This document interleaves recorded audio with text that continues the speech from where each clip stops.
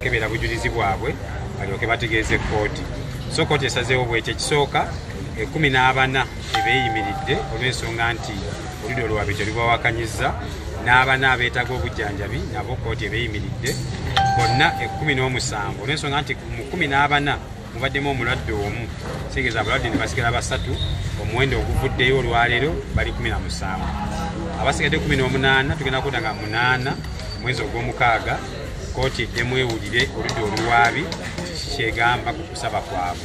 So abayimbuddwa olwaleero ku kakalu ka kooti ka $2 million ez'obutaliiwo era tebakkirizibwa kufuluma Kampala oba Wakiso okujja nga kooti ebakkiriza ate bakuddanga mu kooti emirundi 2 buli mwezi oluvannyuma lw'ennaku 14. Bwe basobya mu buwaayiro obwo baba bajja kusazaamu okwemirirawo kaabwe. Asooka ye Mudde Ntambi Robinson, owokubiri ye Kafuko Stanley, owokusatu ye Sekiranda Samson, owokuna ye Najja Sharif Don Sharif, owokutaano ye Katumba Robert, tulina Kyabagu Geserwa, tulina Kigongo Faizo, tulina Mulimira Musa, tulina Mutumba Sam oba Papa Sam, tulina Mukasa Hussein oba Oshe, tulina Sande John Bosco oba Jebbi, ne tuba ne Tamale Fahad, ne tuba ne Murusha Bashir, ne tuba ne Nyanzi William oba Mbogo, ne tuba ne Nsubuga Muhammad ng'omulwadde, ne Nsubuga Muhammad, ne tuba ne Matovu Adam, ne tuba ne Mpanga Charles. Abe 17 kooti ebeeyimiridde, 18 tukomawo nga 8 omwezi guno ogw'omukaaga. Ne Mubiru James jo yaleeteddwa nga teri ategedde, ng'ate luli bali balina omuleeta ne batamuleeta, jo baamuleese nga talina looya, twategedde kiro nti baamaze ne bamuleeta, bamuzizaayo e Makindye mu kaduukulu ka poliisi. Bwe ntuuse ku kooti batutegeezezza nti akomawo nga 1 omwezi ogw'omukaaga, naye ate bwe nsomye ku kabaluwa ke yampandiikidde n'alekawo agamba bamukomyawo nga 8. Kitegeeza nga 1 tujja kubeerawo naye nga 8 tubeerewo. So abamubiru mwine ennaku 2 nga 1 tubeerewo, batamuleeta bajja muleeta nga 8 lwe banaaleeta bali abalala. Abasatu babadde balwadde. Akriteria ki gye bakozesezza okuta abantu bali abalala? Ekisooka bataddeko 17 bonna wamu. 14 babatadde lwakuba oludda olwabwe terubawakanyizza. Abanna babatadde lwakuba balwadde. Naye mu banna mulimu omu nga abaddemu 14 nga mulwadde ate tebamuwakanyizza. So ne basigala basatu bogata 14 ne bawa 17. Ensonga lwaki bawakanyize 18 tebagiwadde. Naye nze mu kulaba okwange guno musango gwa byabufuzi, musango gwa kukozesa buyinza kutulugunya. Kati kano kaba kakodyo okugezaako okubaawulamu nti abantu abaakwatibwa nga bali bumu ng'ekigendererwa kyali kimu kyakunoonya kalulu ka Kyagulanyi ba mu kibiina kye kimu, musango gwe gumu n'ensaba yaabwe y'okweyimirirwa y'emu, tewali njawulo. Naye bw'otaaka abamu oba obaawudde ate oba obasazeemu nti abasigaddeyo bawuliranga abatali kitundutundu bateereddwa. So nze ndowooza kyekigendererwa lwaki balemeddeko abamu. Kansa ate Serunkuma John Bosco amaze ebbanga nga taleetebwa mu kkooti ate nga bamukwata ne bamuteeka ekitali. Ekyo kingenda okusembyayo. We were in court today. The prosecution objected to 18 bail applications and did not object to 14 plus 4 that had medical cases. So the court has released 17 people on the following conditions. 1, bail cash, rather not cash, 20 million shillings, sureties 50 million. They should not leave Wakiso or Kampala without court's directions. They should report to court twice every month on every Wednesday after 14 days. For the 18, the prosecution claims they are still investigating their cases and they will come back to court on the 8th to see whether they object or not. So we come back on the 18th for the 18 that have remained in prison. Those that have been released today on bail include Mudde Ntambi Robinson, Kafuko Stanley, Sekiranda Samson, Najja Sharif, Katumba Robert, Mpanga Charles, Kyabagu Geserwa, Kigongo Faizo Oras Fazo, Mulimira Musa, Mutumba Sam, Mukasa Hussein, Sunday John Bosco, Tamale Fahad, Murusha Bashir, Nyanzi William, also known as Mbogo, and Subuga Muhammad.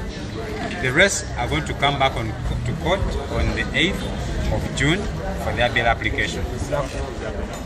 On Mubiru's case, Mubiru James was produced yesterday.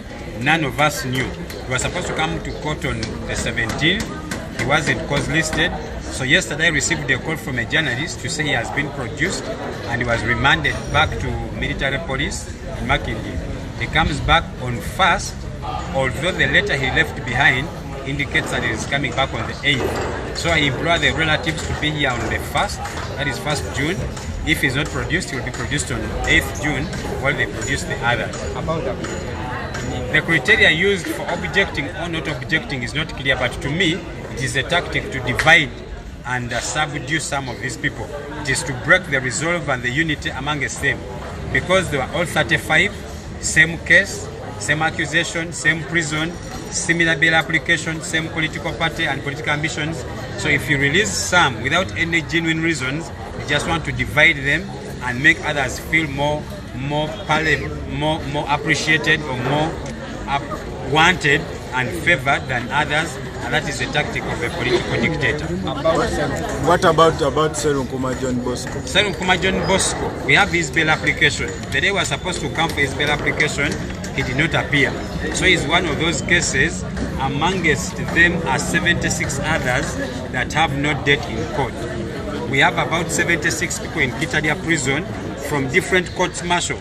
We have Makindi General Court Martial, we have Mbuya Divisional Court Martial, we have Unity Court Martial in Bombo and other court martials. So we are trying to have them fixed, but it's not easy financially and time-wise, but we are doing our best to see that we have everyone. Because listen, we shall have a press conference where we shall read out every name of every political prison of NUP and opposition that is in Chitadia prison or another detention facility that we have. We hear from them almost on a daily. Some of them relatives do not know. We know, but we can only do little given the resources that we have. The bail terms are 1, not cash, 20 million. 2, sureties, 50 million, not cash. 3, they should not leave Wakiso or Kampala without permission of the court. Number 4, they should report to court twice in a month, every Wednesday and in a space of 2 weeks. Any breach of those terms, automatic cancellation of bail. No, unless you come back to court and get permission. Okay, Council katono nitwaga utulire mu Luganda. Bameka be bataddeko, bameka abasigaddeyo. Batadde abantu 17. Basigaza abantu 18. 14 okusaba kwabwe government tekuwakanyiza. Abantu abana babadde balwadde kooti n'ebeeyimira lwakuba balwadde. Naye mu banna abeeyimirirwa ng'abalwadde mulimu omu ate yeeyimiriddwa ng'atawakanyiziddwa.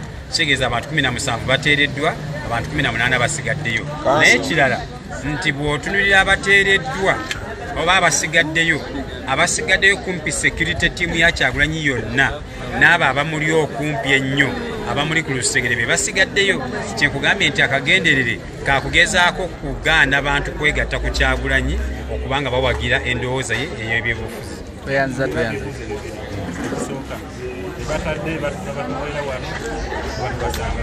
Tebabakuweera wano, babakuweera eri wansi gy'otali bali mu kubagaba. Bagenda kujja obalindire wano naye nga bali mu kubateera eri.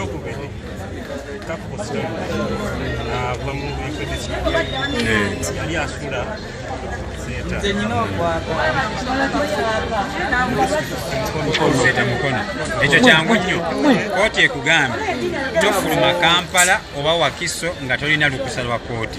Kitegeeza va mu kooti, funako weweewogoma mu Kampala oba Wakiso, tujja kudda oba oliawo nga 18 oba afune engeri gy'awandiikira kooti agitegeeze nti nze mbeera Buyikwe oba Mayuge yonna gy'obeera registrar ajja kuba ng'atwalayo olupapula olwo basobola okumuwa okweyimira naye wetwogerera eri mu nvubo y'enswa bakugambye beera mu Kampala oba mu Wakiso. Kanso kyembadde mbuuzaako omanya g'osomye empuliddemu Robert abadde Kivumbi Robert kuba ninayo Kivumbi Robert Katumba Robert. Yes. Kivumbi Robert tali y'omu ku basigadde. Kanso poliisi osomyeko abantu 15 naye ate ogambye batadde 17 ababiri Matovu sa Adamu ndowooza mbadde simusomi Matovu Adamu naye mulwadde naye ateereddwa ng'omulwadde ngisomye 14 padisteri abateereddwa kambaddemu mudde entambi Matovu Adamu oyo mulwadde Kafuko Stanley Sekiranda Samson Najja Sharif Katumba Robert